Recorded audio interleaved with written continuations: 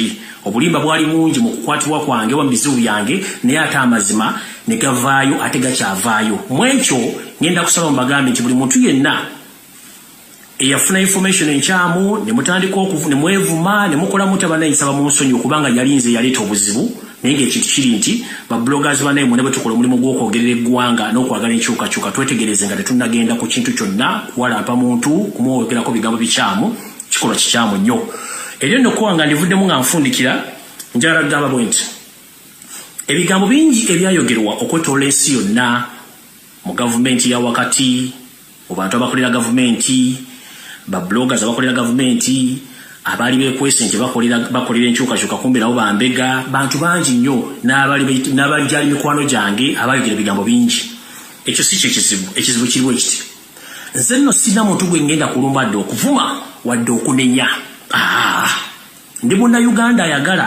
enkyukakyuka ey'emirembe atagenda vuma muntu wadde okulumba omuntu n'omu oba wanjogerako ekibi kyonna mukama akuwa omukisa oba wankonjera ekibi kyonna mukama akuwa omukisa oba wayogera ekigambo ekitakwatagana ng'empale za mukama oyo Yosefu tabase mutano wakalekyeza mukama akuwa omukisa ekyo si kizibu kyange ekizibu kyange kiri nti mwenna mulina ekirwadde ekyabayingiramu kye bayita Yosefu tabayisirwa mutabani wakalekyezi syndrome sisobola kunenya kubeere buloga kubeere munnamawulire kubeere TV I can't blame you the only person whom I'm going to blame is Yoseri Otabayisirwa, the son of Karekezi.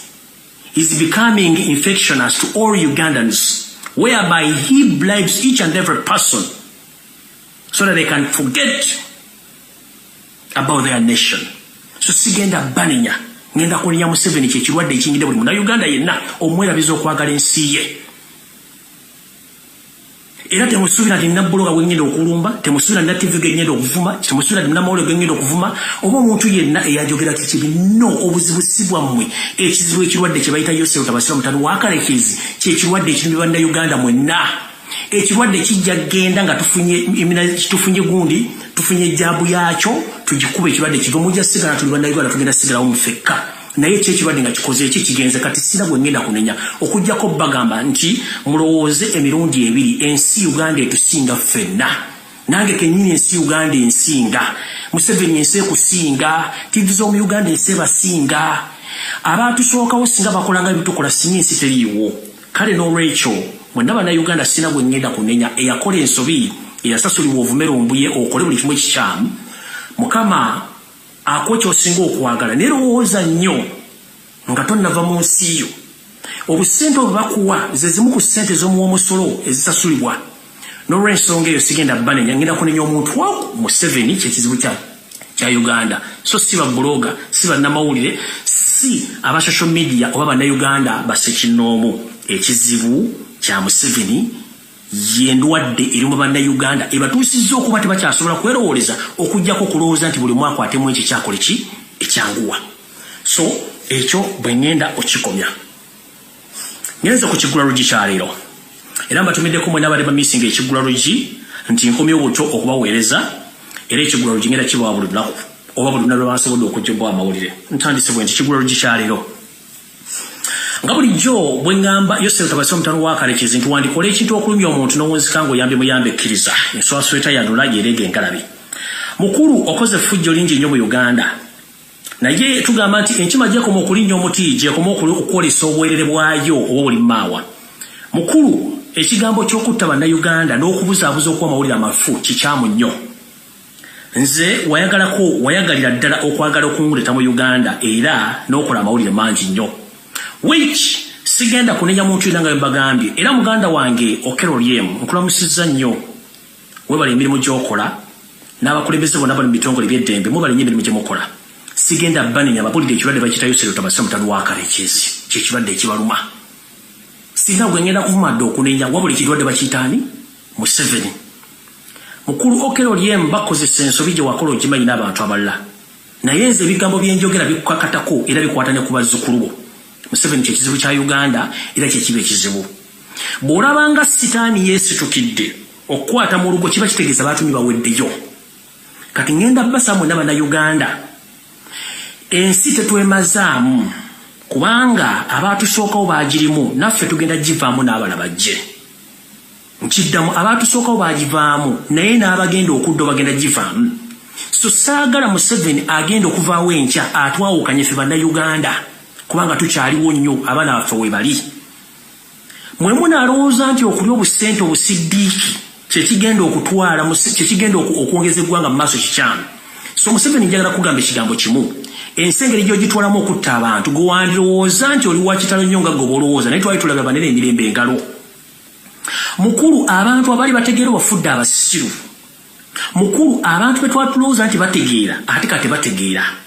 Gwe kennyini weefudde nti otegeera ate naye nga totegeererako ddala.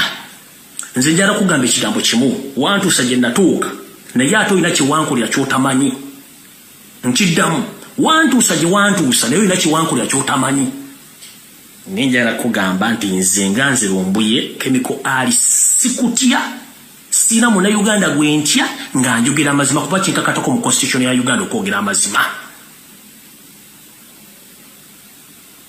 Oba oyagala oba toyagala results z'obwenzi tuzirabira mu kufunisa lubuto mukazi kufuna siriimu na birwadde bya bukaba.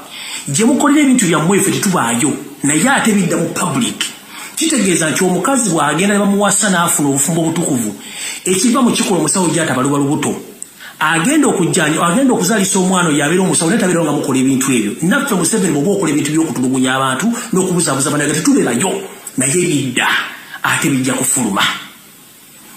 Nze okukwatibwa kwange kwalaga Uganda ne bannayuganda ebintu bye mbadde mbagambira ebbanga ebina omusajja afugidde eggwanga ku bulimba mpaka nakati abatakyakkiriza nti obulimba bwe buli. Mujja tegeera nti omusajja gwe muliko Yoseri Tibahabulwa Lutabayisiro mutabani wa Kalekyezi nsanga bisibe ensi yaleeta muzeyizedde. Bwe ngamba nsanga bisibe yasanga enseeteredde buli kimu nga weekiri n'abyonna n'abisiro n'abiddusa.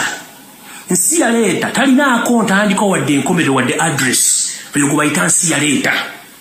Mukulu nsi yaleeta Yoseri Tibahabulwa Lutabayisiro mutabani wa Kalekyezi nsanga bisibe muzeyizedde. Weewumuzeeko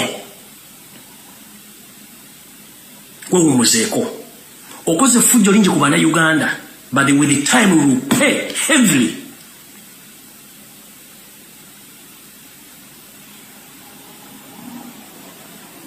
Gwandirowooza nti gwosinga okutegeera mu naye si gwokusinga okutegeera.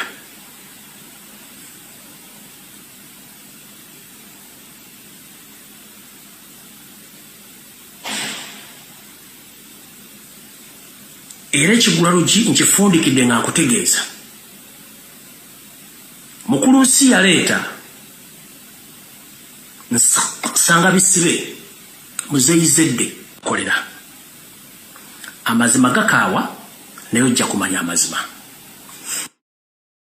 Kati anvuddewo olw'okuba nti obudde nna butono ate abantu abamugenda kukola njagala okusookera ddala obategeeza.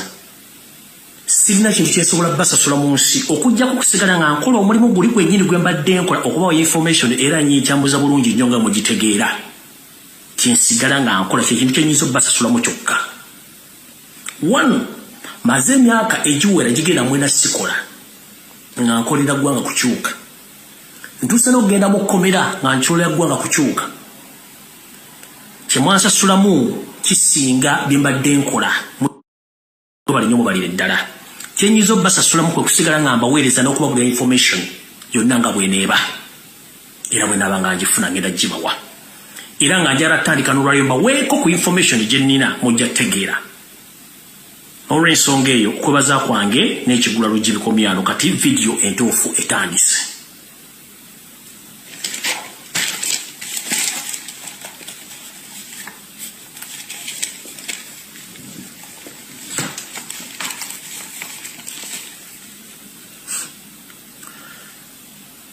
Abagala okumanya bwe nakwatibwa ejja kuba story endala era njagibwa mu butuufu bwayo.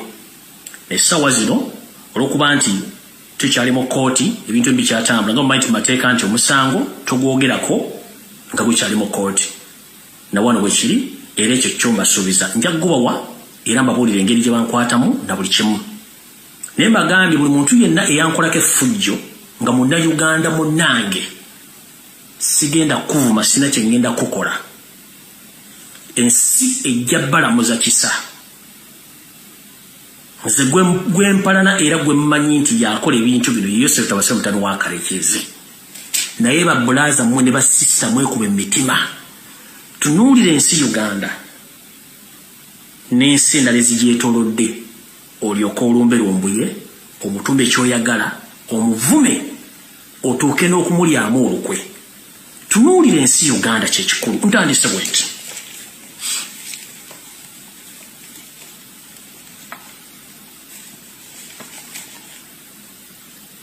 mbadde nga mukomera ebiseera bisinga nga seralikira bulamu bwange naye nga neeralikira nnyo abantu basatu wesiri nga neeralikira nnyo Ssaabasajja Kabaka Ronald Muwenda Mutebi owookubiri Magulu Nnyondo olw'obulamu bwe olw'ensonga nti ensiga zimwetoolodde era ekyo kyambiranga ku mutwe neeralikira omukulembeze w'eggwanga omulonde Robert Kyagulanyi Ssentamu obulamu bwe n'ensiga naye zimwetoolodde neeralikira bannayuganda mwenna wamu nga saawuddemu olw'ensonga nti kino njagala nkibagambe mukiwulire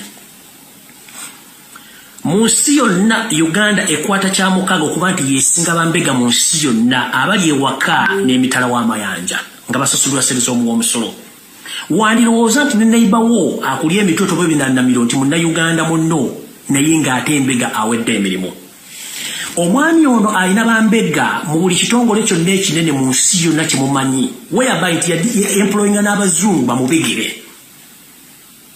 recent waliwo omuntu gwe bakwata mu home office ya Bungereza nga abadde embega wa Museveni era abantu abasinga obungi abammibwa obutuuze bwa Bungereza n'abaatikibwa okuva e Bungereza yali nsonga ya mwami oyo embega wa Museveni gwe yali ataddeyo omwami ono alina bambega mu International Criminal Court omwami ono alina bambega mu UN nga n'omu ku bambega b'abakulu ye mukyala Winnie Byanyima n'abantu abalala baliyo abakulu emuluza nti bakugunavu mu parliamenti ya Bungereza alinamu bambega abamukolera bye yasasula ebizimbe amiri bye yaleka amaze okusasula mu ggwanga erya Amerika alina bambega abali ku street bannayuganda omuli abakazi n'abasajja ababega abatambuza kanyo kawulire era nga bannayuganda bafuna obuzibu mu mawanga ga Afrika tomala mu East Africa tomala mu Uganda kyo kizibu nnyo ye namba musanvu mu kuba nti alina bambega abangi mu nsi yonna naye ng'abantu bano tebabega on behalf of the benefits of Ugandans. These spies, they spy to protect Museveni in power, not something else. They are protecting him to stay in power, but not on the behalf of Ugandans. Ensendala zina bambega abeke byenjawulo abazibegera ku lw'abannansi baazo naye Museveni bambega be babega kubeezaawo gavumenti na family ye nkibanyonyodde bulungi kyova olaba ne bumuwandika petition mu International Monetary Fund Museveni ayirayo bambega be abamukolera abasasula ssente empitirivu mu dollars abalala yabawa ebirombe bya golodi abalala yabawa ebirombe by'amafuta buli kimu kyo kyayagala akikola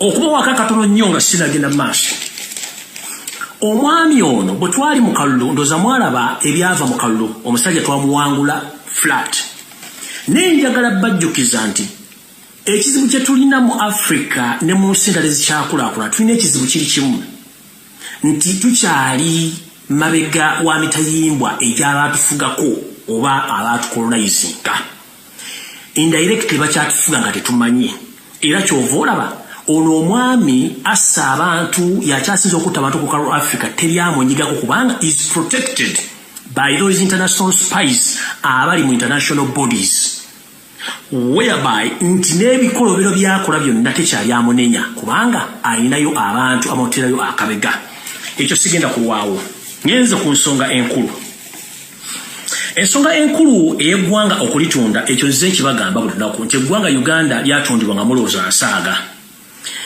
eggwanga Uganda Museveni yalitunda ne muganda we mu kuteesa ne mukyala we Judith Museveni olwebwe twogerera amagye ga Uganda gagenzedde Congo naye tegagenzeeyo leero gagenda almost omwezi mulambe mabega kati eno message njagala egende eri ekibiina kya National Unity Platform ekikulembera Kyagulanyi Ssentamu ne baganda bo bonna ekisookera ddala Ekyatutte amaje ga Uganda ogende Congo mu kimanyi ADF kibiina kya Museveni yakyetandikirawo yagenze nga balina akateko ke baagala okuteeka mu Robert Kyagulanyi Ssentamu n'ekibiina kya National Unity Platform. Museveni njagala oveewo wakane nti ADF si kibiina kyo nga ne yali akikulembera gw'omulina Luzira naye nga tatasiibayo Luzira kubanga omusasula omusaala buli mwezi ate ng'ekiro tabeerayo abeerayo misana. ADF tebangayo bali basirikale bo bakozesa. Wagenze Congo still nomenya constitution nga tobozza parliament era ekyo wakikoze kubanga amaje wagenze okwogera nti bajja bakola formal information mu parliament already nga amaje gagenze de Congo. Amaje ga SADC abantu banansi ba Congo okubula bamala mu kitundu wagenze kimenya mateeka. Wakutte omudiri gw'ensimbi n'ogusasula ekitongole ekyensi yonna ekyamawulire kibayita Al Jazeera. Okuva wiki ewedde osindikayo abasajja bo abali ku international level okutandika okukampeiningira era Al Jazeera mu nsi yonna yazanya amawulire go. Muno wataddewo no assemblinga omukulu Andrew Mwenda mukoddomewo no assemblinga Jim Muhwezi oneye mfanfeewo no assemblinga n'abayaaye abazungu abali mu East Africa naddala mu Kenya okuba nti batandika okwogerera n'okufuula ennimi ku lukalu lwa Uganda nga boogera ku mitimbagano egy'amawulire ag'ensi yonna okusinda Al Jazeera. Wetwogera Al Jazeera yezanya amawulire go mu kunsi yonna olw'okuba nti ssente mwazisasudde okuba nti muzabuzabuza na Uganda. Nkimanyi ne bomu ezaakuba zonna wali ntegeke nga iso ne ssebo bakola omulimu guno ekyo tukimanyi bulungi nnyo. So mukulu Robert Kyagulanyi Ssentamu uliza message eno. Omukulu ono yasindise abaje Congo waliwo mission eyokuba nti baagala kukwatirayo abasirambi beetegekedde bennyini bakuba amasasi bakuba amasasi ng'abantu bano balina attires balina ne ballet zino ez'okumutwe balina ne membership za nope za card nga zisayiningiddwako gwe Kenyini Robert Kyagulanyi Ssentamu nti go wazibawa bagenda bakuŋŋaanya bakuba amasasi bayite ebitongole by'amawulire binene omuli Al Jazeera omuli CNN BBC bakavalinga abantu abo nga balina identifications ezo ne attires eza nupu bakite ku mutimbagano gw'ensi yonna kikonfirming Robert Kyagulanyi Ssentamu gobadde sponsoringa abayeekera ba ADF era kino already bakiteeseteesezi kyatuusa amaje gane Congo n'ebigendwa bye bibira kubanga jjukira parliament yayise ensimbi okukola oluguudo e Congo terukolebwanga kubanga talina buvunaanyizibwa talina lagalo gye basalinga ne Congo ogenda kukola enguudo ezo. So olw'ensonga eyo njagala bategeeza ekintu kino mukimanye. Abasajja bano balina olukolezi ky'embaga Museveni yafuga eggwanga erya Burundi to remind you. Museveni yafuga eggwanga erya Rwanda to remind you. Museveni yafuga South Sudan to remind you. Museveni yafuga Congo. Museveni yafuga Central African Republic. Newankubadde mulaba abakulembeze abafuga. Kati kino kakibajjukize. Mujjukira omugenzi Laurent Desire Kabila omusajja yali awangalire Makindye Museveni amukwasa emmundu n'essimbi ez'omuwa omusolo n'agenda nalumba eggwanga lya Congo ne bakuba omugenzi Seseko Mobutu Wazabanga ne bamujja mu bukulembeze Laurent Kabila n'atwala mu bukulembeze. Laurent Kabila ono yalina omwana omujja na nnyina gwe bayita Kabila Junior ono yakavaako recently. Omwana oyo yali mutabani wa mugenzi Kabila yali mwana mujja na nnyina ate ng'omwana oyo munyarwanda pure. Okubategeeza kino omwana oyo omu ku badde bakolera Museveni ensimbi empya n'enkadde mu ggwanga erya Congo si mwana wa Kabila ate mwana munyarwanda era nga ne contract bakola mu Congo omwana ono yabadde aziyisamu nakati weziri we twogerera essaawa zino. Kino kigenda tambula kitya. Omwami ono osanga bisibe muzeyizedde ensi yaleeta musajja mulimba bulungi nnyo ate yeekweka bulungi nnyo tayagala mu exposinga. Ekintu ky'okuba nti batutaza nupu baagala kikozesa okusibirako Robert Kyagulanyi Ssentamu kubanga bakimanyi nti Robert Ssentamu bw'aba kyaliwo tewali kigenda kukolebwa mu Uganda ku nsonga ze balina ez'okukyusa obukulembeze. Mu kino era kye kimu famire y'omugenzi Sheikh Kirevu gwe bakuba amasasi eri mu kattuke kamu nti famire abaana n'abakyala baabawamba bali mu safe houses ez'enjawulo ekinasabira okuma nti bali mu safe house y'e Makindye mu military barracks bali mu batulugunya n'okubakkiriza okwogera nti Sheikh Kirevu era akwagala Robert Kyagulanyi Ssentamu era Robert Kyagulanyi Ssentamu yajjanga mu maka ga Sheikh Kirevu ne babaako emboozi bayisinganya n'ensimbi olw'okuba nti nga Museveni bamukyala agambe nti Sheikh Kirevu yalina enkolagana Robert Kyagulanyi Ssentamu era nga n'ensimbi ezimu ezaddukanyanga emirimu gya ADF Kyagulanyi yazireetanga naye omukyalo olwo n'abaana bakyakalambidde. So omuwani muli ebintu ng'ebyo temwewuunya nti biki ebibaddewo ebinaava e Congo mujja biwulira buli kintu kyonna ekyekwasibwako nti mulabye omuntu nga bamukute oba bamutte ng'alina kaadi ya nuupu n'ebyambalo bya nuupu temubuuza ani abirimu iso SSMI ne kitongole ekyamaje ekya Museveni kimukumira ekya SFC. So yensonga eyatutte omukulu Museveni wansayo mu Congo ayagala kujja results eziraga lwa Kyagulanyi Center mu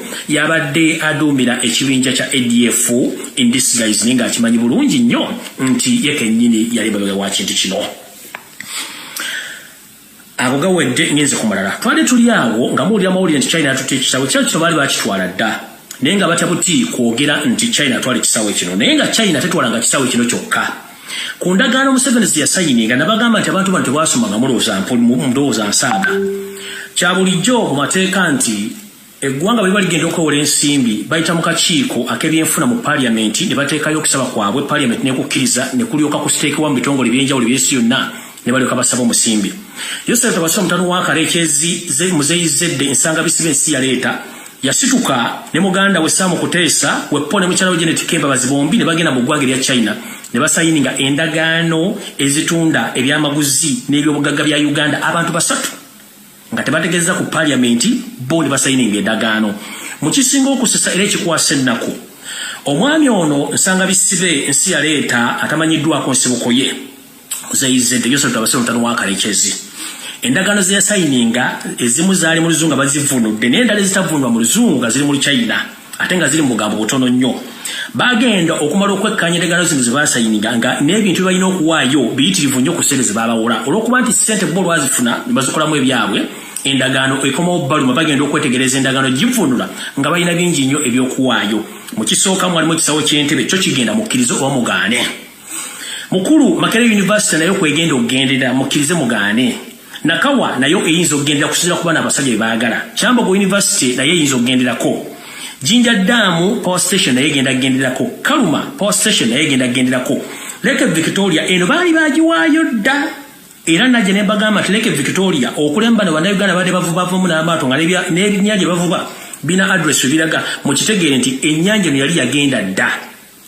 Nga bo bagiwaayo dda mu bintu ebyo birina okuba. Mu bintu ebirala bigenda okugenda kamba jjukize mu bintu ebirala ogenda okugenda bye bino wano wammanga.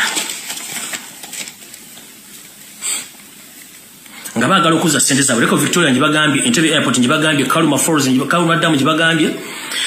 Ekisinga okusesa nno abaami bano Abachina bajinguwongu changuwongu baagala border posts B ezisinga okuyingiza ssente mu Uganda.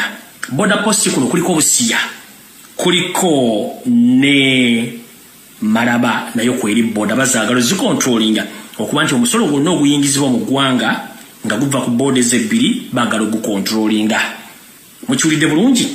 N'ebitundu ebirala baagala ettaka ly'e Kayunga naye nga possible baagala Bbaale baagala ne Karamojja okuba nti okumalayo ensimbi zaabwe.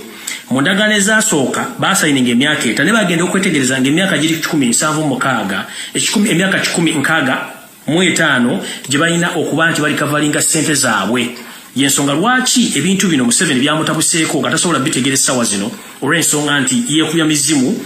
Kati mwabagala okuprovinga information egyembawa nti n'ekiri Karamojja kifumba mituko njagala balaga ebintu bino. Olwaleero bukyanga lubanga lwa Mindi Karamojja ebyaddala yalumbibwa laba Karamojja bali mu kufa tebabalya ssente nti wali Karamojja ali mirembe. 1 babatwalira amagye tanka enyonyi babajjako mundu kyokka nga bukyanga Uganda ebeerawo Abakaramojja badde nga babeera ne mundu zaabwe ne balunda ente zaabwe.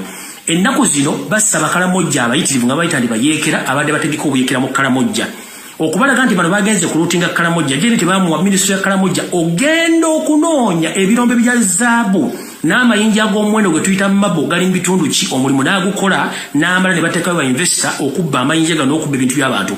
We twogera Abakaramojja ente zaabwe Museveni n'ababbi be balala bazimbi bazimazeeyo nga ne video gye nasembye okufuna information eraga bweti bano abasajja okumanya si babbi balwadde. Ente z'Abakaramojja zonna bazimazeewo zizo baziga amagye ga UPDF gatwala ente z'abasajja Abakaramojja zizo UPDF ate nga balaalo bennyini bali mu UPDF mumutunde mulabe.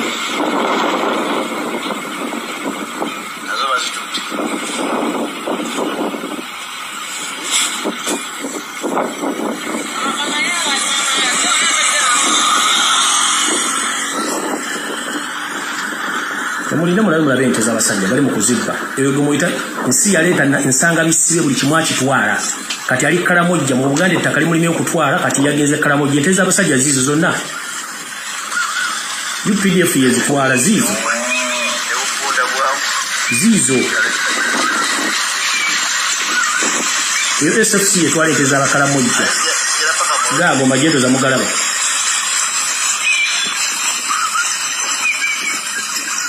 Abo banyamulege batwala ente z'Abakalamojja bali mu kubba ggwanga ddimala kati bagenze Kalamojja gisaanya uzize ente z'abasajja bazimazeewo. Gaaga amaje. Mugalabye. Wuuyo.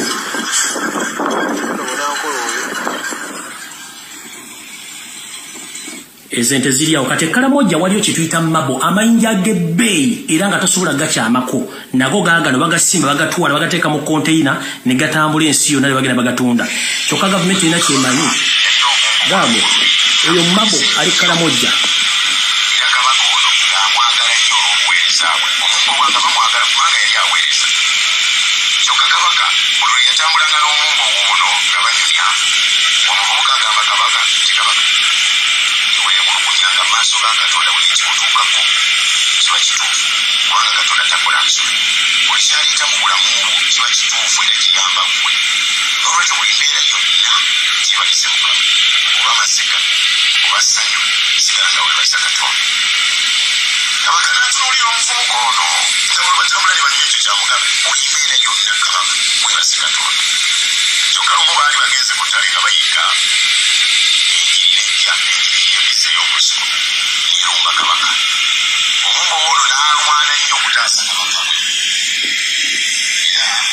awo sijja kulwawo nnyo kuba wadde tulina butono mukitegedde ensonga lwaki UPDF ne SFC bagende Kalamojja kutwala golodi abazungu n'abawebirombe abayindi n'abawokusima ebintu ebirala abakyane batwala mabo kati je n'ababbi banne aba SFC abanyarwanda batutte ente z'abantu zo ne Kalamojja bazimazeeyo baganda bafe be Kalamojja bali mu kufa on the high rate batwalayo tanka for the first time ogenda okunoonya emundu okuzijja mbalunzi b'ente batwala tanka batwala ennyonyi batwala mamba it was not going to help those people to rescue them just they went there to cleanse those people to take their properties and their belongings and I'm informing the international community and the international media please stop defending Yosef Tibahabrota by the side of Karekezi Museveni.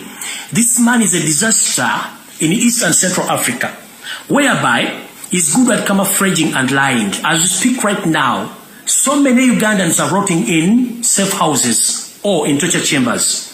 So many people are killed and buried in mass graves. Right now, Europe and America, you are trying to protect Museveni, but if you don't wake up there in the morning and stop financing this gentleman, you continue to receive more refugees in your country. Not only in Uganda, but on African continent, whereby this gentleman is becoming is becoming a warlord. He's the one controlling Burundi, he's the one controlling Rwanda, Congo Brazzaville, Southern Sudan. Now it's happening in Ethiopia, coming in Somalia.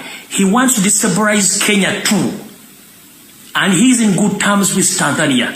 So I'm encouraging the international community, please, with a humble request, stop financing Museveni. He's becoming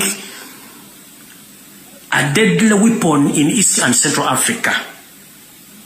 As we speak right now, there are so many Ugandans and so many Africans who are fleeing their countries due to the economic crisis and people running for their lives.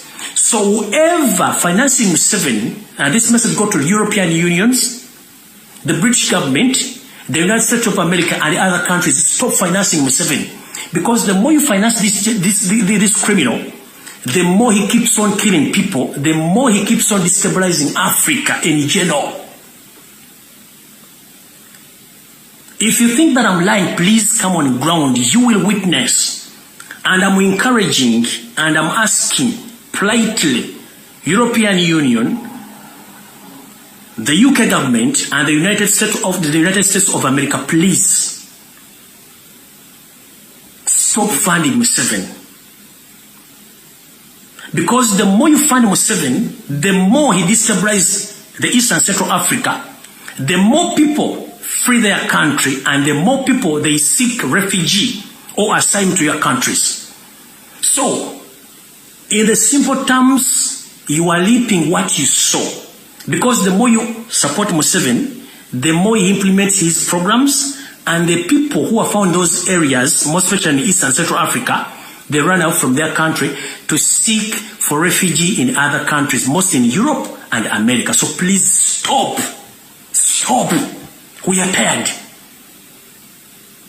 Right now, Europe, right now as we speak right now, Europe is in a crisis of refugees from Arab countries. Not because those people, they don't love where they come from. They love their countries, but you, with your double standards, you sell weapons to those mafias in those countries and they destabilize those countries. And those people, they can't wait. They have to run away from their countries. The same happens to Uganda. Every day, every time you sell weapons of mass destruction to Museveni, and he destabilizes the country, the more Ugandans flee their country to go to other countries to seek refugee. So please, European Union, the British government, the United States of America, please, I humbly asking you, please stop defending, supporting Yoweri Museveni, because he's becoming a terrorist or a problem in East and Central Africa.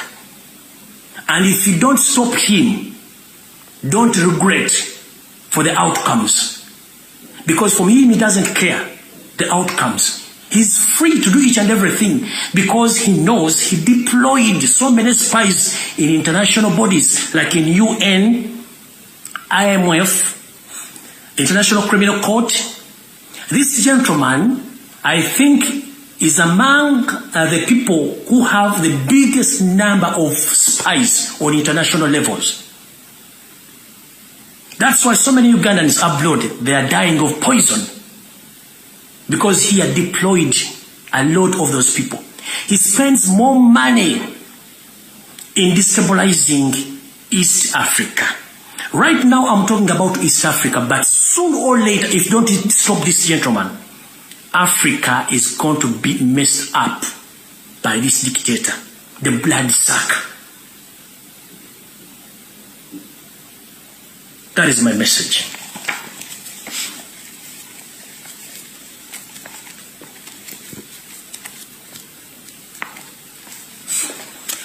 Eno message njagala egende eri bannayuganda mwenna abawangalira ku border eyawukanya Tanzania ne Uganda.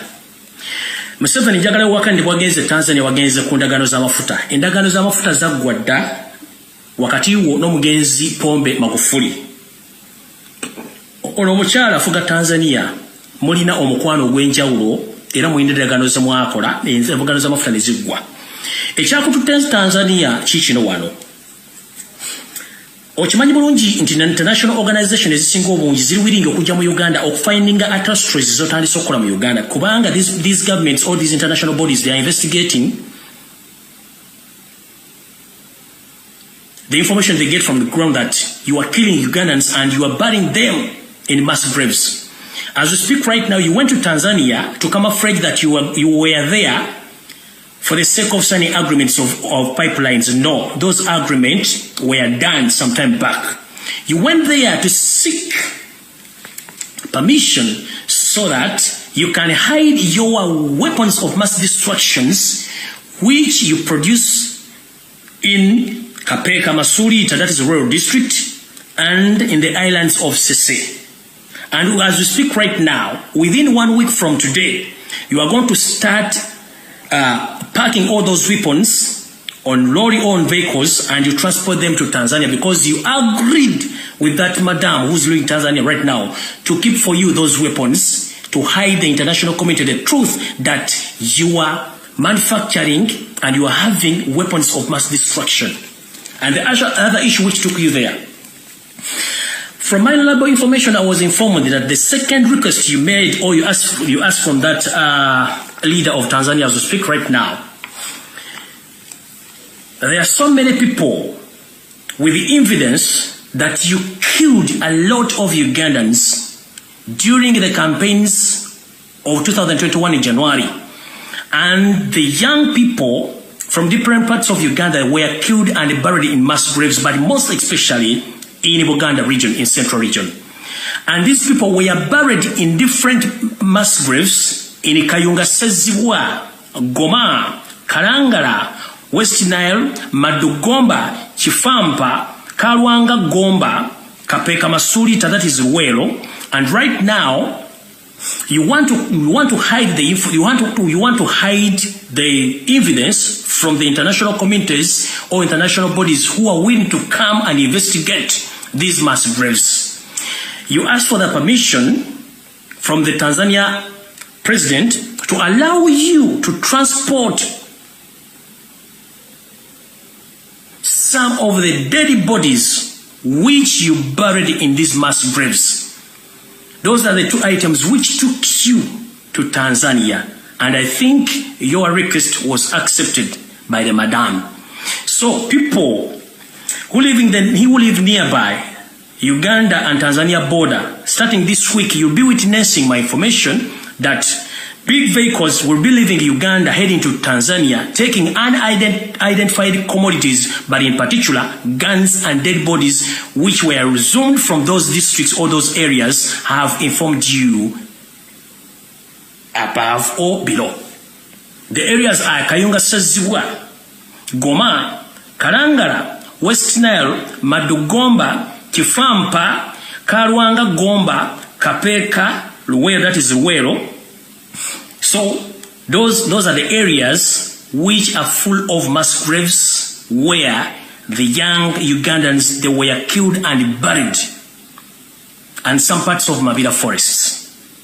So Mr. Museveni, don't fool Ugandans that you went to Tanzania to finalize the agreements of the pipe oil. No.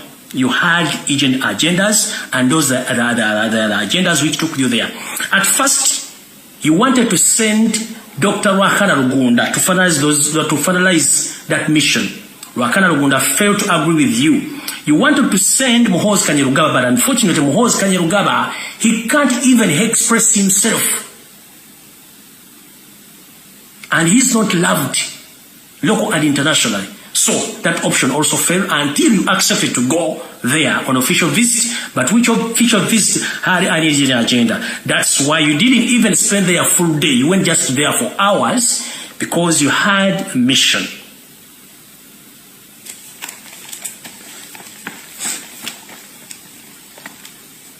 Security alerts.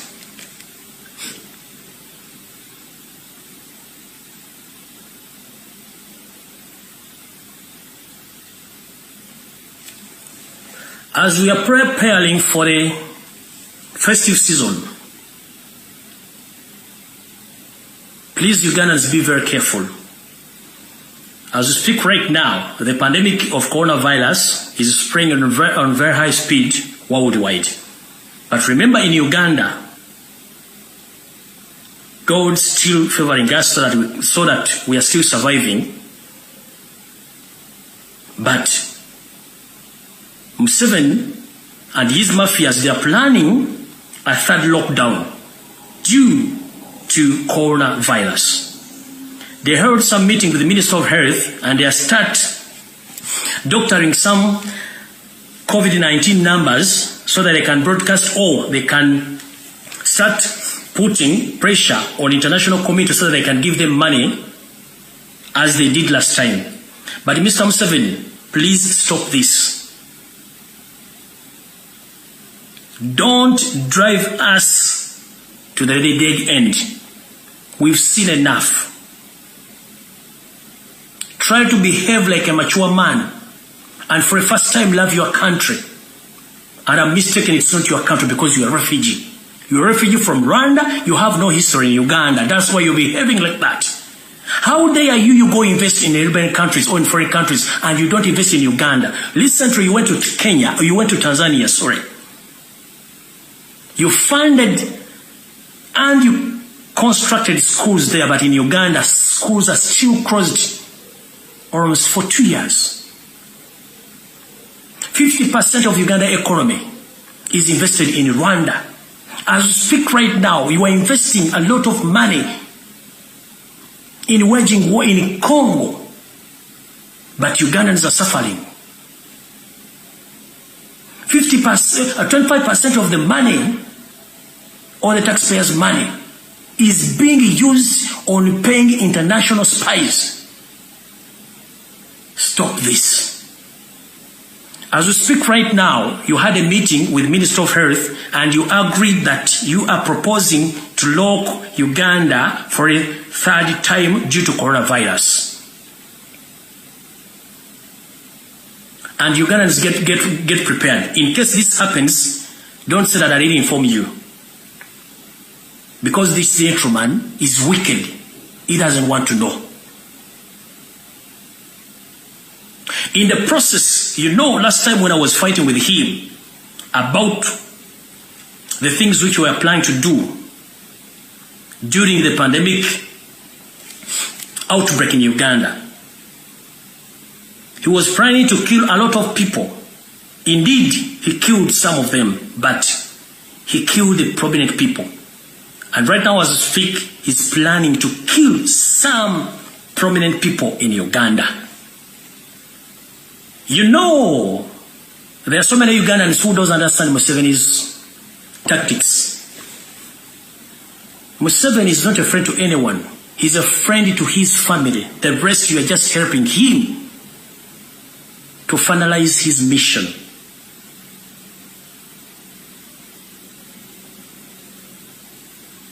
Even if he gives you a lot of money, at the end of the day, he's going to finish you. As we speak right now, Mr. Peter Elrelu, you were given orders 5 years back by Yosef Tibahaburo by Sirwa and Sangabisibe Muzeyizide. You went to Renzulu Kingdom, you massacred the Renzulu people on orders of Yosef Tabasirwa, the son of Karekez. Many people lost their lives because you were ordered to do so.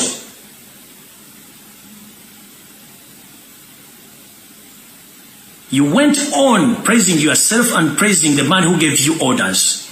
You know that you wanted by an international criminal court, but before you be wanted by a criminal court, there is a mission of finishing you. Mr. Peter Elrelu, I told you that I'm a Ugandan who doesn't care whether you support Museveni or you're supporting NRM or you're supporting NUP or you're supporting what. No. I care about all Ugandans. And if I get information about you, I'll inform you and deal with it. Mr. Peter Elrelu, Museveni held a meeting last 3 days and they agreed that Peter Elrelu, you know much and you are becoming a problem and you might be a witness somehow, somewhere when Museveni is overthrown or Museveni will be questioned about the catastrophes he committed in Uganda. So, among the people who will be questioned where they get the orders, it's you, Peter Elrelu. So, be very careful if it is easy or if it is possible. I think you can leave Uganda with immediate effect because you are the next in the target. I told you Museveni uses people and at the end he dumps them. From dumping them, he eliminates them. So now Peter Elrelu, you are among the people who are on the assassination list. Be aware.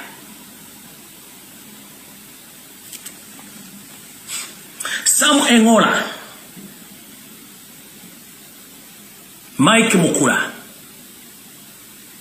you are among the people who are listed who are going to be assassinated sooner or later. Be aware.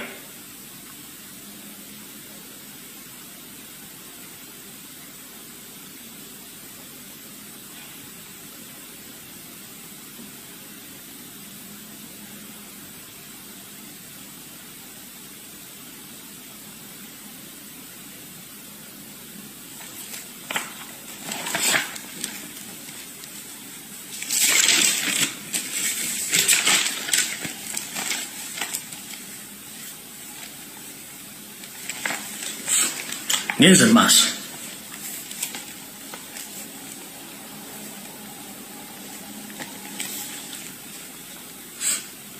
mwenanga mukimanyi nti omwami ono Yesero Tabasira mutano wa Karekezi ye kennyini ebintu byakola tebikiriziganya n'amateeka ga Uganda. Njala tegeeza Abaganda baffe mwenna abalina obulwadde obwa mukenenya mukimanyi bulungi temukkirizibwa kugemebwa olw'okuba nti mulina embeera etali nnungi. Naye ndowooza ensimbi ezaali zirina okukola ku nsonga zammwe mwategeera abantu abazibba. Muno mwe mwali omugenzi Teddy Sezikyeye, mwalimu Janet Museveni Kembabazi, Wepo n'omukulu Mike Mukula. Babba ssente zammwe ezimu ne bazimba bye baazimba. Wetwogerera essaawa zino Museveni yatoye order nti omuntu alina akawuka ka mukenenya ateekeddwa okuba nga alina okukimbwa, atagenda kuweebwa mpeke zino. Kitegeeza ki? Mulina ebbula ly'empeke zino olw'ensonga nti waliwo ekigendererwa eky'okutandika obbasaanyaawo n'ekigendererwa eky'obbakendeeza, naye nga mukimanye nti ebintu byonna bikolebwa nga mulowooza nti byenjogera si biriiyo, naye mujja kutegeera ekituufu kye ki. Mbagambye omwami ono Jim Muhwezi ne Janet Wepo ne Mike Mukule babba ensimbi ezo. Mujjukire nti n'omwami eyabawako obujulizi eyali munnamawulire gwe bayitanga Teddy Sezikyeye, ono yattibwa oluvannyuma lw'okuba nti yasibwako mu kkomera Luzira n'amala n'ayimbulwa, oluvannyuma n'attibwa abakozi ba state aba ISO abamutomera ku bodaboda ngaddewe era n'attibwa oyo n'aggyibwawo. Mike Mukula nkugambye omanyi bingi nnyo ebikumanyisa ebingi ennyo wadde oli wa NRM Gusimegusime president waawa kugambye oli ku assassination list, ekyo nkikugambye kibeera nange okitegeera. Mike Mukula okitegedde. Ngenze ku kirala. Mukulu Museveni mbadde mukomera ng'okola ebikolobero bingi nnyo, ne bwe mba n'okola ebikolobero bingi nnyo. Watandika okutega bbomu ng'okozesa ebitongole ekya ISO, that is Internal Security Organization, CMY ekibega amagye, Wepo n'abantu aba SFC. Watega bbomu mu basi eyali eva Mpigi n'entandika okulabula abantu bbomu zigenda okuvuga mu butale, n'olowooza tetutegeera. Abantu bakola kye tuyita analysis ku bbomu zonna ezaavuga, baani abaazitega, zaategekwa zitya, obutambi mwabukola butya ne bukyusa buli kimu nga mwagala ogenda e Congo, kubanga mukimanyi one Museveni okimanyi nti olina kyayina ssente.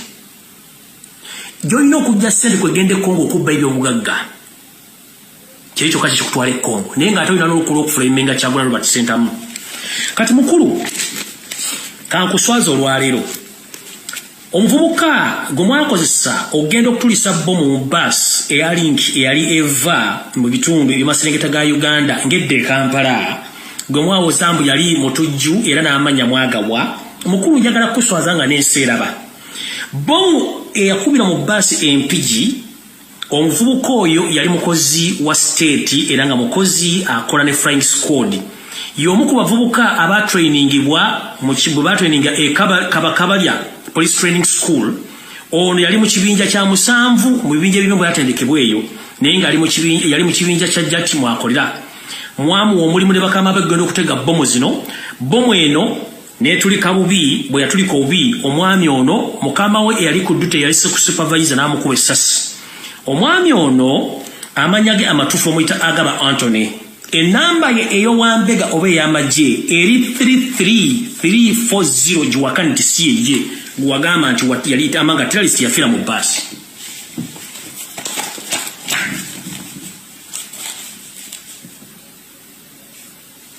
Omwami eyabalukira mu bbomu eyabalukira mu basi ya Link Mpigi, omwami amanya ge ya Agaba Anthony, enamba ye ey'amagye ey'owambega eri 33340. Bomu yabaluka naye teyabaluka nga mwali mujagala. Omuvubuka ne mutusaako obuvune olwokuba mwate mwagala nseetegeere identification ye. Mukama we eyali ku duty n'amukubira amasasi n'amutta. Mwene mugala nti mwasse mutujju, which is wrong. Museveni waleeta abasajja n'abakazi okuva mu Afghanistan bali luddawa, teri amanyi bali, era mwajjawo olukusa oluyingiza abantu mu nsi Uganda abatamanyiddwa kuvuna buddo ne mubayingiza. Njala tegeza bana Uganda bomu zonna ezikubye Kampala tekuliko mutujju n'omu akubye Uganda. Kanterere namu. One, ebibiina by'abatujju byonna mu nsi yonna birabira website. Njagala mugende mukebere ku website y'ebibiina by'abatujju byonna oba kuliko message egamba nti bawoniga Uganda bagenda Jirumba. Mbagande Museveni ayina bambega mu buli kitongole n'ebitongole eby'amawulire ayina bambega. Alina website esobola okufulumya amawulire ku yenga ye ne bagatika ne muza nti matuufu. Eyo alati yafulumira mu kuba olw'Obugeza mbongereza labudde Uganda. Bambega ba Museveni bawandika articles bazisindika mawulire. Kyovula nti BBC tetera kufulumya mawulire ga Uganda kubanga bakimanyi Museveni bamukolera. Teri website eraga nti Uganda eno olutalo n'abatujju tekiriyo bantu babeeya bategeka. Teri mutujju ku ddala lya nsi yonna amanyikiddwa asobola kujja kukuba mu open space. The primary targets of the terrorists worldwide are the crowded places. Nkiddamu teri mutujju mu nsi yonna ajja kuba kibangirizi kubanga ye abazze n'ekigendwa kulumya ggwanga na kulumya bantu kutwala message eri omuntu oyo. Njagala Museveni oveeyo swaze ggwanga before nga tonategula bibombi bya kisiru. Website kyozi kube ku mezo zoba na mawulire bo olage nti Uganda bali bagitaddeko obutujju nti bagirumbye bagenda Jirumba. Kebere Al-Shabaab tetwatirina kye twagaza kubanga Al-Shabaab is part of your job.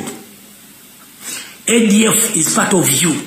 This is to remind Ugandans, since Museveni came in Uganda in 1950s, he started camouflaging and killing those people whom you think that they will become obstacles in his wish or in his dreams. There are so many Ugandans who lost their lives during the 50s, the 60s, the 70s, and the 80s. Okumanya kasajja kano kacyamu kasasula amawulire bannamawulire n'emikutu gyonna mu nsi yonna ne gisiiga omugenzi Idi Amin Dada enziro to the extent ne kamuteekako n'ogw'okulya abantu. Naye nga ngenda bazzaayo mu myaka gyonna okuva n'okulumba olubiri olw'emmengo Museveni olukwe yalulimu nalubanyumiza bulungi nnyo. Era bamala okukuba olubiri omu kubajja okusupervisinga okulaba omulimu gwe ya mentali nga gwatuuka era gwatuukawo. Museveni y'omu n'agenda ng'aggyawo bantu bonna byali asuubira nti bagezi n'abajjawo. Museveni y'omu n'atuuka okuba nti ye yali mu lukwe era lwajjawo Obote bonna balutwa. Kati mukulu Okello Oryem wanjogerako ebigambo bingi nnyo, but this is to remind you. Abamu ku baali mu lukwe olwakunkumula kitaawo omukono mu kibiina okumutuusa okufa yaliyo Sseruta Basika mutano wa Kale Kizigwo serving essaawa zino. This is to remind you. Kyenvudde nkugamba sigenda kuvuma kubanga tomanyi. Robert Kyagulanyi Ssentamu yatugamba nti atamanyi titamanyi abeera muyizi mu muyigirize. Okeliremu batomanyi. Nkimanyi bulungi nnyo nti kitaawo yakulekera history nti Tito Okello Lutwa yali amanyi Museveni ebitundu 99 ku buli 10 simu na Uganda. Ne mu meeting eyali Nairobi yali eteese emirimu bamukubaga Museveni wakitomera lwaliro wamu Rwanda so si Uganda n'abatereka n'abatta. Kati muganda wange Okello, this to remind you, the man who was behind the overthrow of your daddy's government is Yoweri Museveni Kaguta Lutabayisirwa nsanga bisibe ensi ya leta. Because this man feared to be exposed, he knew that Okello left some children behind, including you. And you knew the information about Museveni that he's not a true Ugandan. So Museveni decided to employ you so that he can silence you. You are serving the devil, and at the end of the day, you will become a devil too. Mr. Okello Oryem, grow up. We are all Ugandans. We are led by the foreigners. For 36 years, Uganda is behind. You are a minister. You can travel anywhere you feel like. Please, I request you very kindly, get your passport, move around East African countries. You will witness exactly what I'm telling you, that we are still behind due to the fact that the devil you are serving, he is not a Ugandan. That's why he's not developing the nation. He's just developing other countries of his own interest. So stop being used and stop fooling Ugandans. This is to remind you. Here's a mass.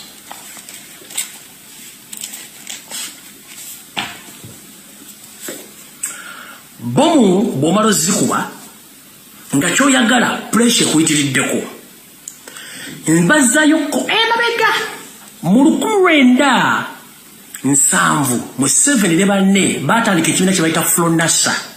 Ekibiina kino kyajjanga kirwanyisa omugenzi Idi Amin nga bakola ebintu bino wammanga.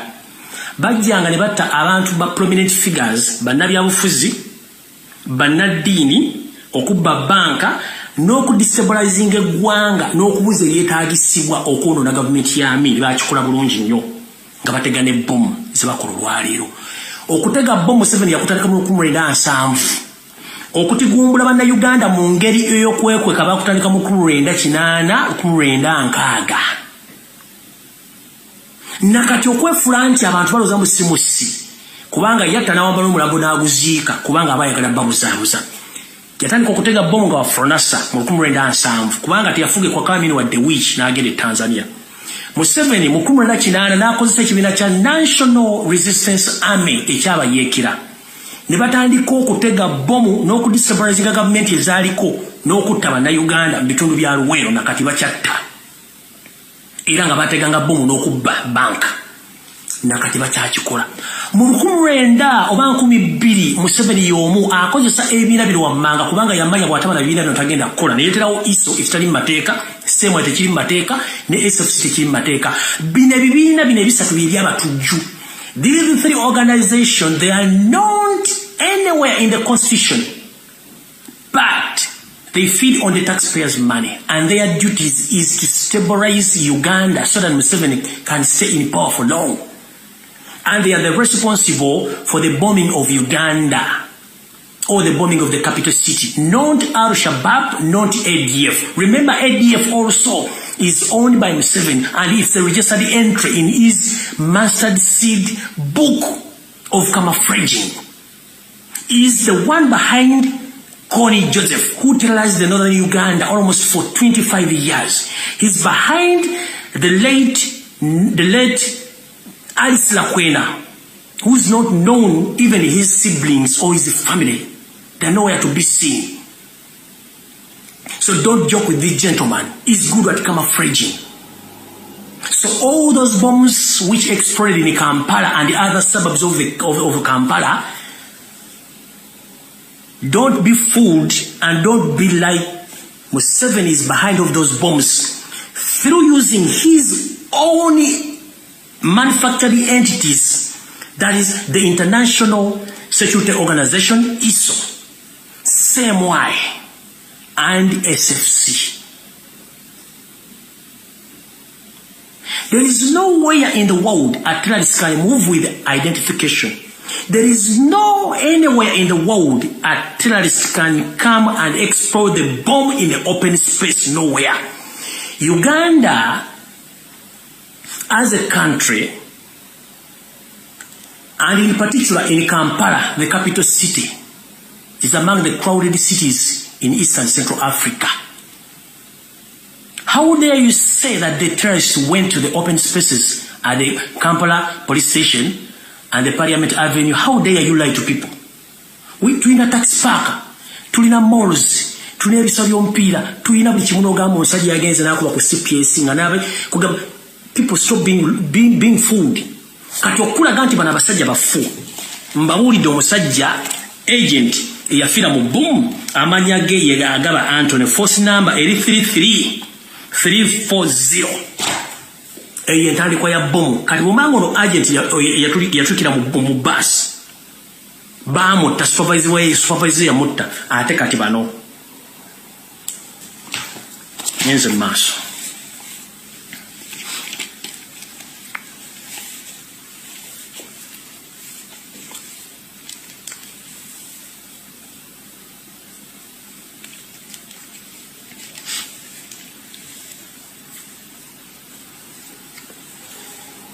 Okwongeza ku information ginabawadde ey'oku blackmailing and nope. Waliwo power struggle mu State House wetwogerera essaawa zino. Ye ng'omuntu ayagala kivaamu naye atasobola kivaamu. Muhoozi abantu bamwagala. Oli omutunzi w'ebiwolo n'ebibumba abantu bamwagala kati waliwo obuzibu. Naye nga ye agamba Muhoozi yalina okufuga eggwanga kitajja kusoboka. M23 nayo ente ya Museveni era naye teralizinga Congo kusereza omuwa musolo watogerere sawa zino nabagambye nti bana abasajja batwala ataza nupo omuli obukofiira uniform weapon identification already ziri Congo nchiddamu uniform za nupu omuli obukofiira ne card ziri Congo ate nga nsayiningeko omukono gwa Robert Kyagulanyi Center bwe munaawulira nti bakutta abantu abasiraamu nga babasse era batadde ku international medias nga abaplains nti Kyagulanyi abadde abafandinga n'ebintu ebyo bino mutegere butegeezi kye kigenda mu maaso era mukitegere bulungi nnyo enanga ne bano temuddamu kulimba ggwanga musirike busirisi kubanga kyemukola kya bulabe nnyo eggwanga mulifudde ekizibu abasiraamu bafuukidde olukokobe ate nga mulowooza nti ensi tebalaba ensi ebalaba ebintu bino sasa ndakika 13 ndoddewo nnyo ndoza nja kubaddira olulala mbawo information edakati right now njagala kukola kye tuyita summary bw'obufunze amawulire amala njaga bawonakula kuba saagala gaba wamangi ekisookera ddala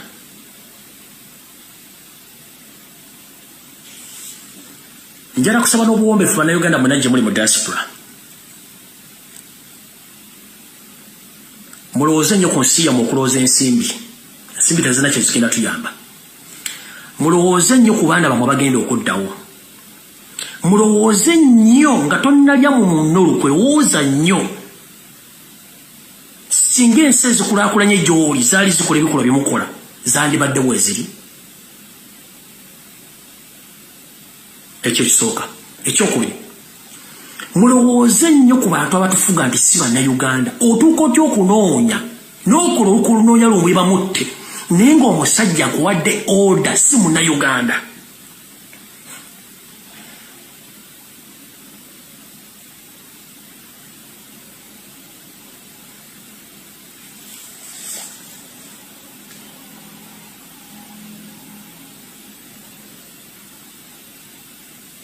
ne mugenda mutunde ensi abantu basatu mwagenda e China ng'ensi eraba parliament mugitegeezezza Museveni wayiika windows n'ogenda e China osayininga endagaano nga parliament temanyi tomanyi lu China this is to remind you mujjukire mbazzayo katono flashback China ng'etandikiriza okwagala okutumaamiramu amagi yasooka negamba nti esingise eyaliko Chief Justice wa Uganda Batika Atulere mututte China emuwadde omulimu okubeera omu ku beebuzibwako mu mateeka kumbe ono yali agenze kutunula mu ndagaano ensi Uganda ng'egye bagenda gitundamu n'okuba nti y'omu ku bagenda okuba nga bayimira wakati wa China ne Uganda Batika Atulere mujjukire bulungi mwenna abalina obwongo Batika Atulere kyamutwala China kwali kukola bintu bya Museveni bino era akyaliyo if I'm not mistaken mukujo nga yakoma mu Uganda olugero gye lutandikira oyo bwamala ogenda Genetic Kembabazi eyakoma mu senior 2 n'agamba mu silabasi yegano tugenda teekamu oluchina kino kye bakola okuteeka oluchina mu silabasi baali batupreparinga nti ensi bagenda gitwala batwagiguza naye okubayamba kutambuza ebintu byabwe bannayuganda balina okusoma oluchina njala kubuuza Genetic Kembabazi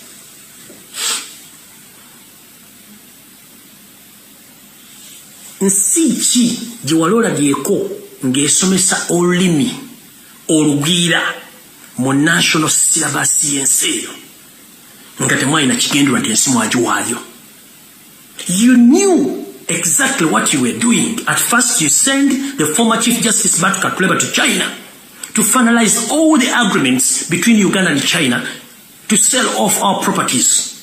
Nobody knew about that. That gentleman who was employed by the China government on behalf of UL7 as a blocker to sell that our nation.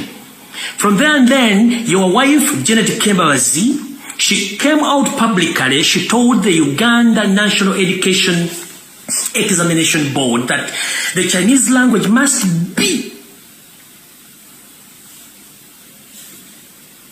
put in the syllabus, or must be taught in all levels in Uganda education system. Why? From then, you just away all Ugandan fishermen on Lake Victoria and other rivers in Uganda to pave a way for all Chinese to start fishing in specific areas. Nobody knew about that. You went on, you made agreements. Which agreement? 3 of you, Museveni, nothing he knows about the Chinese language. Sam Kutesa, the chief mafia, he knows nothing about the Chinese language. Janet Kataha, Museveni, the senior to drop out, you know nothing about Chinese language and about all those agreements. You didn't know what was hidden in those agreements. Right now, you are leaping what you saw because you didn't read the agreement properly or carefully. Right now, the Chinese government or Chinese companies, they are still demanding more of our properties, including the border posts of Marabali Busia, because they need to collect more money so that they can refund. They can get their money which they lend to you.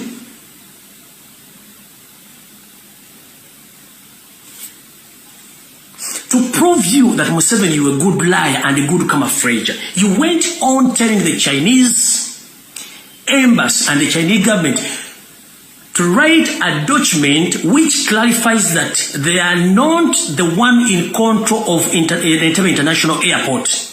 And you published that document on national medias in Uganda.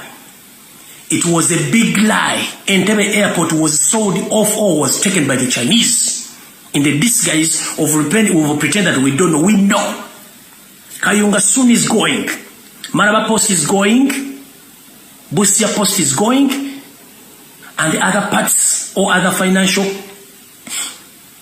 sectors are still going to be handed to the Chinese government. That's the reason. That's the reason as why your wife told the Minister of Education that all Ugandans must study the Chinese language, because you knew that as time goes on, the Chinese, they will take over the country. But if we can ask,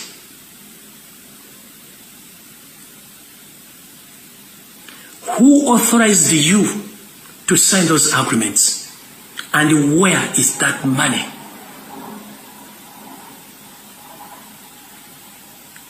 Njala kubuuza Matayo Kasaija oba Matia Kashaija ajja mu parliament oli kusindika ebinnyo.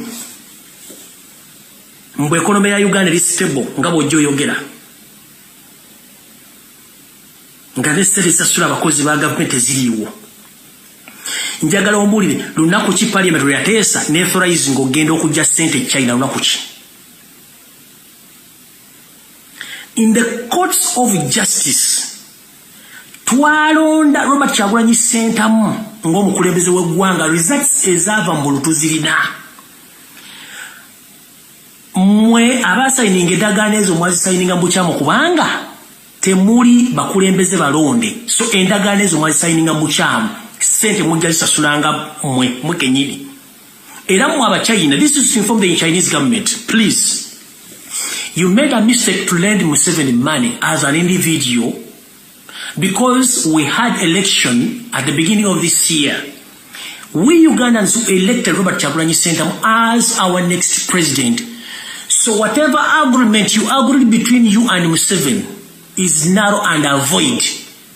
We have all the results of the previous election that Robert Kyagulanyi Ssentamu is the president of Uganda. If you have those documents without any sign of Robert Kyagulanyi Ssentamu on those loans, mani yani miye kubanga tujja genda mu koti tuuze akakiko by'okulonda liye wangu na Robert Kyagulanyi Ssentamu. Museveni yasayininga ngani, sente zatwala zitwala ngani. Nchiddamu, the Chinese government, you made a mistake. We are not going to pay that money. And we are not willing to pay because you made a mistake. You agreed with the mafia, a foreigner, a refugee, but you made a mistake. And it might be that you made a loss. We are Ugandans. We are tired of being led by the foreigners who don't care about our country. They care about themselves. You made a mistake of giving Museveni the money because he's not the eligible president of the Republic of Uganda. The eligible president of Uganda is Robert Kyagulanyi Ssentamu. It is on a record. We shall go to the courts of law after the fall of that government and you will answer the questions. The end of the day, each and every loan you gave or you lent to Museveni as a person, you regret the day you signed those agreements. For us, we are not accepting that fully.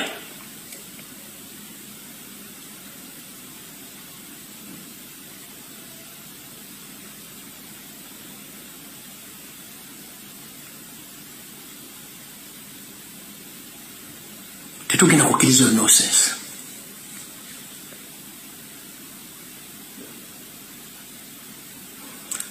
Ngamaliza.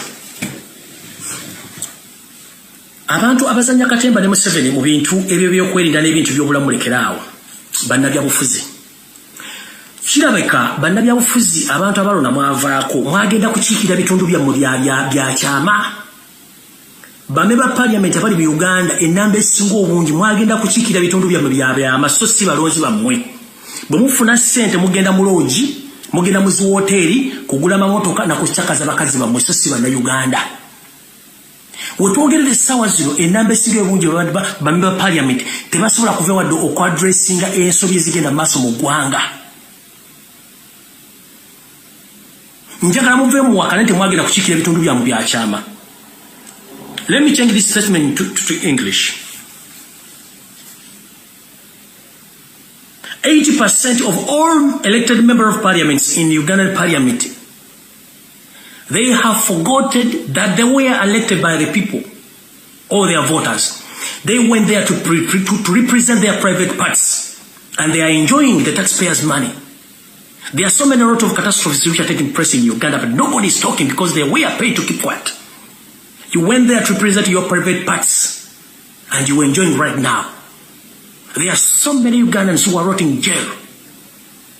The judicial system is corrupt. Police is corrupt. Everyone is corrupt to the extent that Museveni had reached to the extent of corrupting even the families of those whom he had killed. As we speak right now, the late Sheikh Kirevu, his entire family is suffering in torture chambers. And the man is busy placing the family to accept that Secretary was a rebel leader and is affiliated to NUP. His young daughters, they were all left in those torture chambers, and I was informed.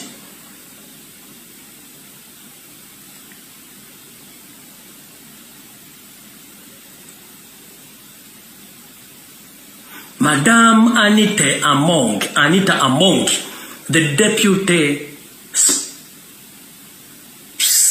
speaker of the Parliament of the Republic of Uganda. Madam, I request you kindly please.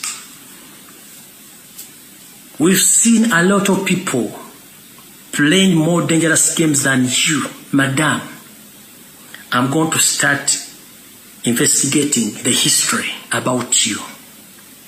And all the dirty games you are dealing with. I know you are among the side dishes of your city, but have not have a sort of characters. That's why you talk. That's why you don't care. That's why you move like queen. Madam, let me tell you one thing. Talking like a queen because Museveni slept with you, it won't spare you. Remember, Museveni uses you. At the end of the day, he dumps you.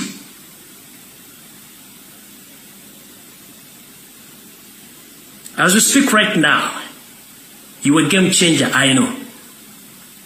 You are doing a lot of atrocities. You are financing a lot of dangerous games in Kampala, in Uganda. Recently witnessed during the campaign times, you were given a lot of money, in billions, and you displayed that money in the other part of Uganda, in your constituency. Right now, you are the one who meets all those people who are going to play that games in Uganda. Because at one time, or you still sleeping with Museveni, I don't know, but the information which I have that you are among the side dishes of Museveni. You are using your private parts to terrorize Ugandans because Museveni knows you, that you are so sweet. Nyabo, we've seen a lot. We've seen a lot and we suffered a lot. How many knickers do you put on when you're coming to the parliament? How many dresses you put on when you're coming? You put on when you're coming to the parliament? Just one. Be very careful.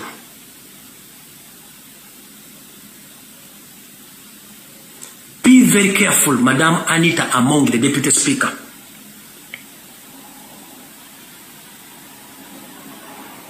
We know that a big number of all MPs, they went there to enjoy, to satisfy their private parts, not to represent Ugandans who voted them. But this is the last warning. Ugandans are watching. And this message is dedicated to all NUP MPs who were bribed to keep quiet. Voters are watching.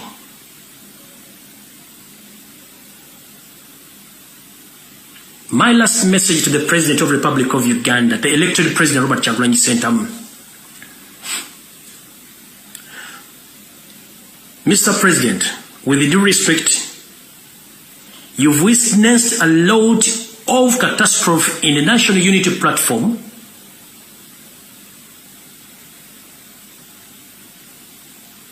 Home and away. So many people betrayed you, including the MPs, betrayed you. I beg you kindly that please, with immediate effect, you need to act according to what I'm witnessing. You need to make a reshuffle to the leadership of the National Unity Platform, from the top up to the bottom. You need to make a reshuffle from the diaspora leadership. And before you make that reshuffle, please intervene in all wrangles, or in misagreement amongst the leaders in diaspora. It destroys our party. And in particular, you should inform those leaders in diaspora that they are leading people, not animals. If the people whom they lead, they accept that they don't want you, please sit down. We must be examples. Leaders are examples to the people whom they lead. But if a leader behaves awkward, what do you represent? So, Mr. Robert Kyagulanyi Ssentamu, I beg you kindly, please reshuffle the leadership of National Unity Platform from the party up to the diaspora. Otherwise, we have a lot, and we've seen a lot. Museveni, he had spent billions of money to destroy National Unity Platform, but we are still exist. But if you don't act with immediate effect, don't regret. And you witnessed a lot of political parties, the way how they've scrambled them. So we don't want to be there witnessing the scramble of National Unity Platform. You need to act with immediate effect. And you too, you must listen to the request, to the cry of your supporters worldwide. Leaders, they ever listen to the people they lead. And you should allow people to approach you or to reach you, because they have a lot of information. The moment you hide yourself from those people, that means you will not get information from the people whom you lead. Please, Mr. President Robert Kyagulanyi Ssentamu, you need to reshuffle NUP. You need to reshuffle NUP, and you need to reshuffle the diaspora leadership with immediate effect, because the thing is rotting, and it's still rotting.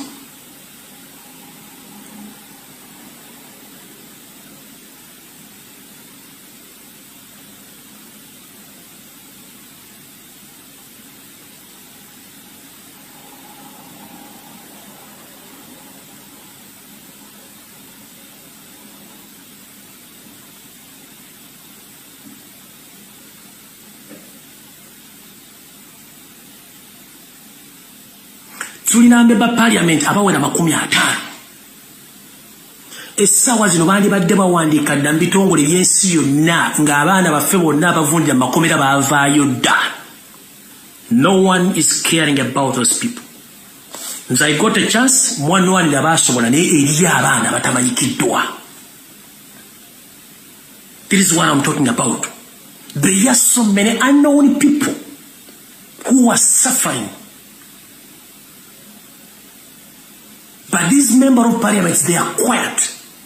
And there are some people who are rotting in the jail who are there, helping them, blessing, looking for votes, who made campaign for them to be where they are right now, but they are quiet. Please, Mr. President, kusaba n'obuwombeefu ekibiina kya National Unity Platform kisaana kuddamu kuyuwa.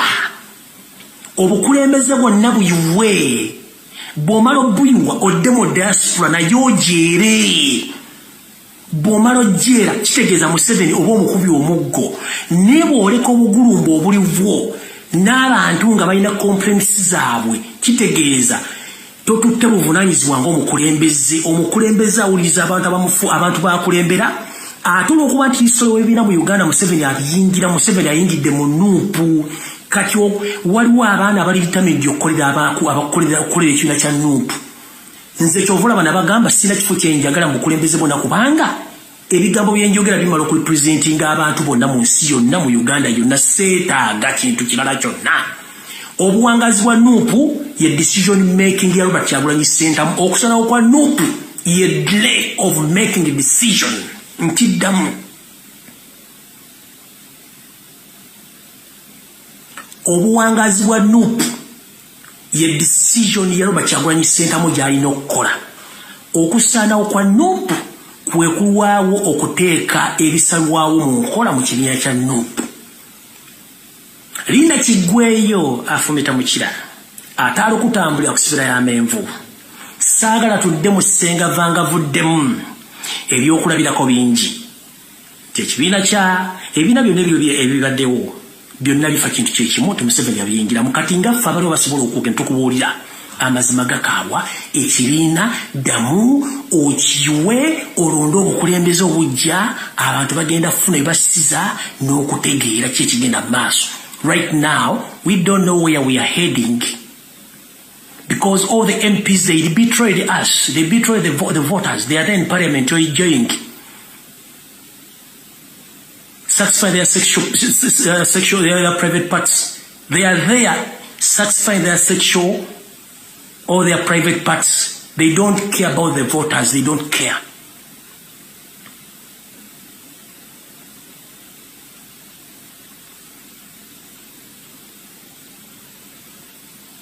Mr. Robert Kyagulanyi Ssentamu, Mr. President, I humbly request you, please, decision making is the key factor. The more you delay to take action, the more the party is going to decline or is going to be scrambled by the dictator Museveni. He had spent billions of money. And the reason as to why NUP still exists is because NUP is loved by its supporters. And you should listen to the supporters. Let me tell you, there is no any party which can stay in place without supporters. It's good that you've witnessed the day you started the campaign, the day you went again to Mbale and the northern part of Uganda. People are still loving you and people they still love NUP. But there are some problems in NUP you need to solve before it's too late. Mr. President, thank you very much to listen to me. And I thank all Ugandans for loving me and fighting for my rights. And I myself am committed that I will still do exactly what I'm doing to pay you back. Where will I be without you? Thank you very much. May God bless Ugandans. Stay blessed. I'm not fighting anyone, and I will not blame anyone. Even though some of them, they betrayed me, I don't care. I just keep on saying that you are not the problem. The problem is Museveni, who infiltrates you, who changed your minds from the real reality to dark side. But you should reset your mind before it's too late. We are all Ugandans. This man soon is going. We are going to stay together, no matter what. Soon Museveni is leaving the country. We Ugandans, we are going to stay there as Ugandans. There is no need of fighting each other.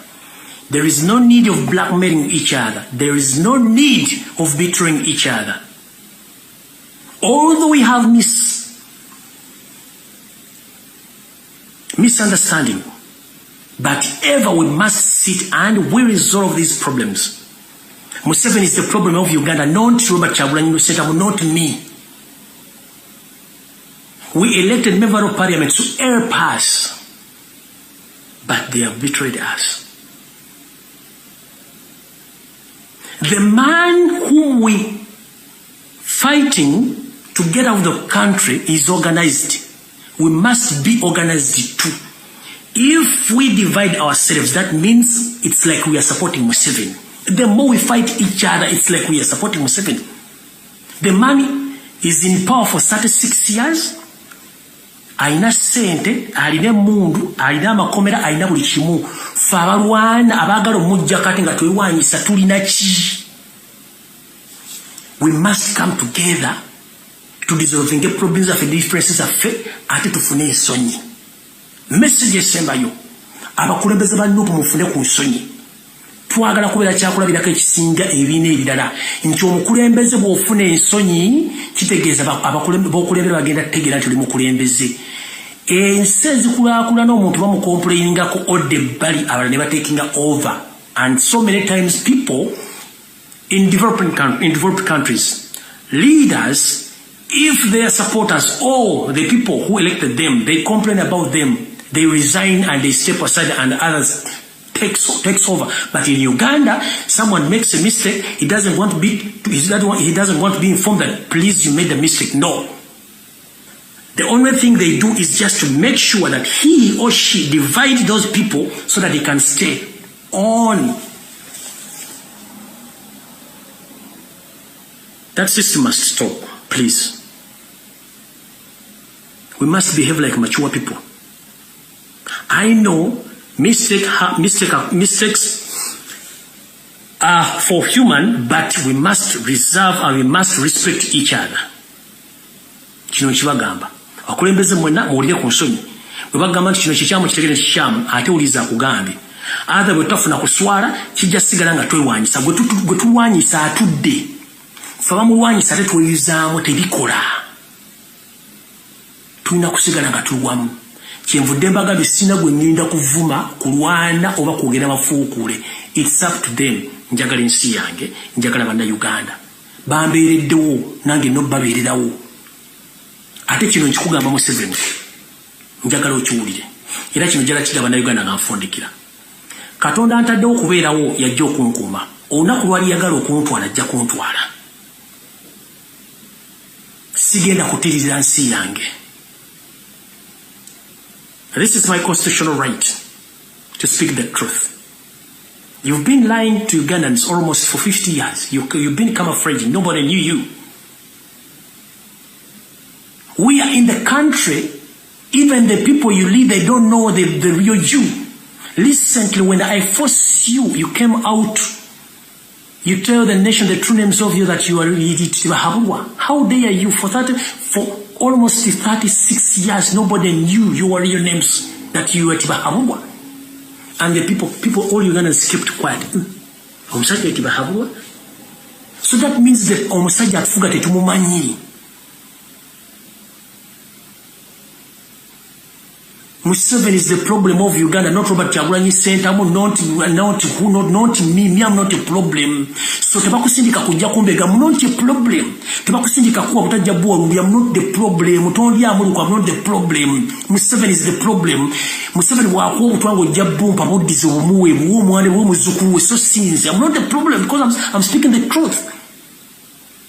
If you are sent to spy on me, if you are sent to kill me, please, I'm not the problem. The problem is Museveni. If you want to witness, let Museveni die. Even for 30 minutes, you witness that I'm not the problem. Siri kizibu jamuli. Ekizibu ya Museveni. Robert Kyagulanyi si kizibu kyamwe. Ekizibu ya Museveni. Tebakuwa butwa, tebakuwa sente bw'ojjobegera ombuye osomera omuliyemu olukumala biseera. Bannamawulire bali mu Uganda bali ku TV.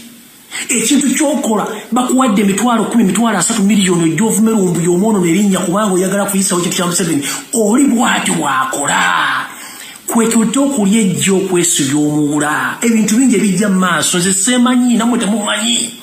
Who knew me? Tewali yali amanyi. Kati bwenva mu bantu n'endya ssente za Museveni bankoze ekivve satizigo sijja zirya tasizirya. Ebigambo byogeddwa bingi n'eri kigambo tekikutula gumba mu keep on talking. Nja kujja mbabuulira amazima. Gwe TV presenter, munnamawulire, gwe munnabyabufuzi, omusirikale wa poliisi mbega oba sindika Lumbuye otte Kyagulanyi okole kyonna. The end of the day olina abaana bagenda kuzaala baana bannaabwe. Oli bagamba kinkensi esaanawo.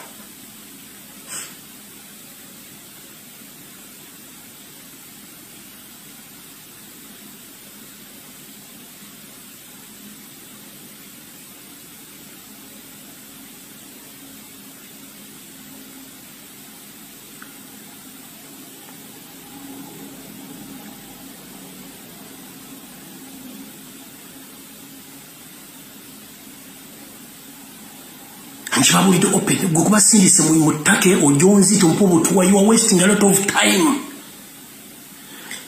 Yesu Nabi Isa yagamba kitange saasira abo abakoze ekintu kino kubanga kibakola tebakimanyi. They don't know what they are doing. All those people who betrayed me, they don't know what they were doing because they were helping Museveni to take over our country, to hand over the country to China. So I don't blame you, I blame Museveni and his entire family. So don't be there and you are sent to look for Lumbuye to poison him. Please, you are wasting a lot of time. Don't dare. I'm not the problem of Uganda. It's Museveni the problem of Uganda, not me. I'm just a mere speaker. If the information I'm giving is wrong, why is it that the government is looking for me?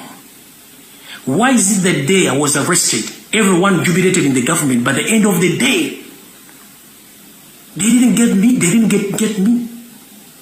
And this is to inform Yoseri Tiba Harura Utaba Israel, the son of Karekez. It's true that I committed some crimes.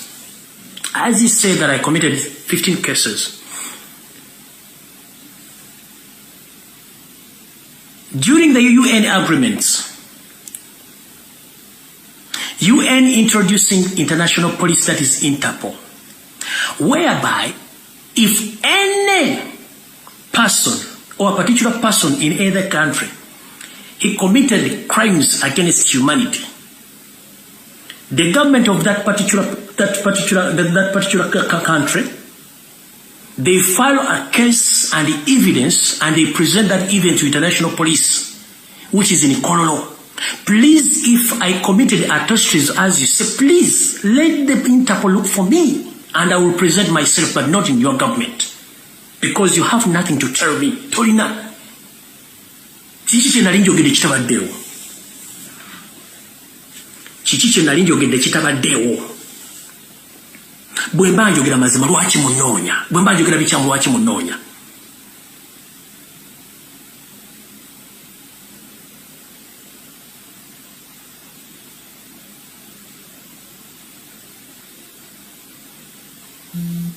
Bwemba njogera mazima lwaki munoonya.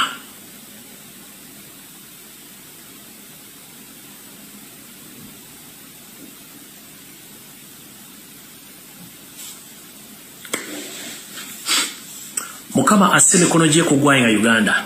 Mukama asse mikono gye ku bannayuganda mwenna bali mu diaspora. Mukama asse mikono gye ku baana abato abali mu Uganda abayita mu buzibu batali bali tebayita mu ssaawa zino. Tusaba mukama otukuumire abantu baffe ab'omugaso. Muno we muli bannaddiini, muno we muli abakulembeze. Ku ntikko ya byonna otukuumire maaso moogi Ssaabasajja Kabaka Ronald Mwenda Mutebi II. Otukuumire Robert Kyagulanyi Ssentamu. Otukuumire abannaddiini bonna ne bannayuganda bonna abaagala enkyukakyuka. Era mukama nkusaba otuyamba oggula obwongo bannayuganda abakyebase nga balowooleza mu ssente obutono okuli ejja okwesibya muula. Mukama nsaba ozuukuse bannayuganda bonna gye bali bajjukire nti okubonaabona kw'abaana ba Isirayiri kwabalaga ebintu bingi y'ensonga lwaki bagazi eggwanga lye balirwanirira. Teri nsi eteekaluka ku Isirayiri ne succeedinga. Bwekyo bannayuganda buli omu waali nkusaba oggula amaaso go. Lumbuye si kizibu. Lumbuye mwogezi nga Musa bwe yali ayogerera abaki abaana ba Isirayiri n'abajja mu Egypti n'abasomosa omugga n'abatuusa mu nsi yaabwe ensuubize. Bw'atyo Kyagulanyi n'abantu abamu basobola okuvayo okwogera gwe mulimu gwe bakola tetulina kizibu. Mukama nkusaba otwale obuvunaanyizibwa okuba buli mwana wa Uganda akyalimu empeka emera omuwa obuvumu n'obuvunaanyizibwa okwogera ddembe lyabwe bange eryatulwa mu ssemateeka okutiisibwatiisibwa okukuba kulaga sayini eziraga nti abatutiisa bakola bikyamu. Bw'oba okola ekituufu ki ekikutiisatiisiza omuntu, bw'oba okola ekikyamu lwaki otta omuntu. Constitution egamba nti kooti y'essemateeka yeyina okusalirawo omuntu okufa so si gwe muntu agamba nti gundi afe. N'olw'ensonga ebikolwa by'okutta abasiraamu mu ggwanga bikome. Basajja ba Katonda baddu ba Allah tebalina kizibu olw'okuba nti bo batwala obuvunaanyizibwa okubuulira amazima n'okwogera ekituufu y'ensonga lwaki bafa. Mukama tukusaba otuyambe nga bwe wajja abaana ba Isirayiri e Egypt n'obasomesa n'obatuusa mu nsi ensuubize. Tuyambe bannayuganda baggule amaaso bategere nti tuli ku kizibu kye kimu, Abayisirayiri kye bali mu Egypt kye tulimu. Watuleetera sitaani ku nsi kuno ali mu ggwanga erya Uganda alina n'abazzukulu omuli n'abaana bamuhoozi muhoozi omuli sitaani. Era gwambuuza nti sitaani yaleka abaana ku nsi, sitaani yazaala. Sitaani yazaala omwana gwe bayita Yosefu Tabasira mutabani wa Kalekezi Nsanga Bisibe, n'omwana nazzukusa Muhoozi Kanyerugaba, nazzukusa Natasha, nazzukuza Diana, buli kimu n'akikola. Kati sitaani ali ku nsi atumala. Mukama tuyambe nga bwe wayita mu kiro ng'ogenda okusomosa abaana ba Isirayiri n'olagira abaana ab'obulenzi bonna mu ggwanga erya Egypt okubanga tebazuuka olunaku. Tuyambe Mukama mu kintu kye kimu ensekere ku makyanga family y'omutabani wa sitaani Yosefu Tabasira mutabani wa Kalekezi yonna ezikiridde kubanga kino kikolimo eri eggwanga lya Uganda, kino kikolimo eri eggwanga eri Ssemazinga wa Africa, kino kikolimo eri obulamu bw'abantu bwewateeka ku nsi. Mukama nga bw'ogamba nti bw'owa omuntu obuyinza tomukkiriza, bw'owa omuntu obulamu tokumukkiriza muntu yina okuggyako ggwe. Naye tuyambe sitaani gwe watulekera ku nsi omututwalire kubanga bannayuganda baagala ensi yaabwe. Ku lwa Katonda n'ensi yange Mukama bankumi atakuumira mpeera, sina kinyiza basasula okuggyako basabira n'okwesabira. Byonna mbisabe nga mbita mu nnyama Yesu Kristo wange ndalabula emirembe. Mukama bankumi tusinkane ku Sande mu bimuli Mbulange Mengo. Nkiddamu tusinkane ku Sande mu bimuli Mbulange Mengo. Naye nga nfundikira tulwengawo okutwala ebigambo by'abantu byeboogera ate tulwengawo okusalira mu busungu. Twetegerezenga nnyo ebigambo bye twogera.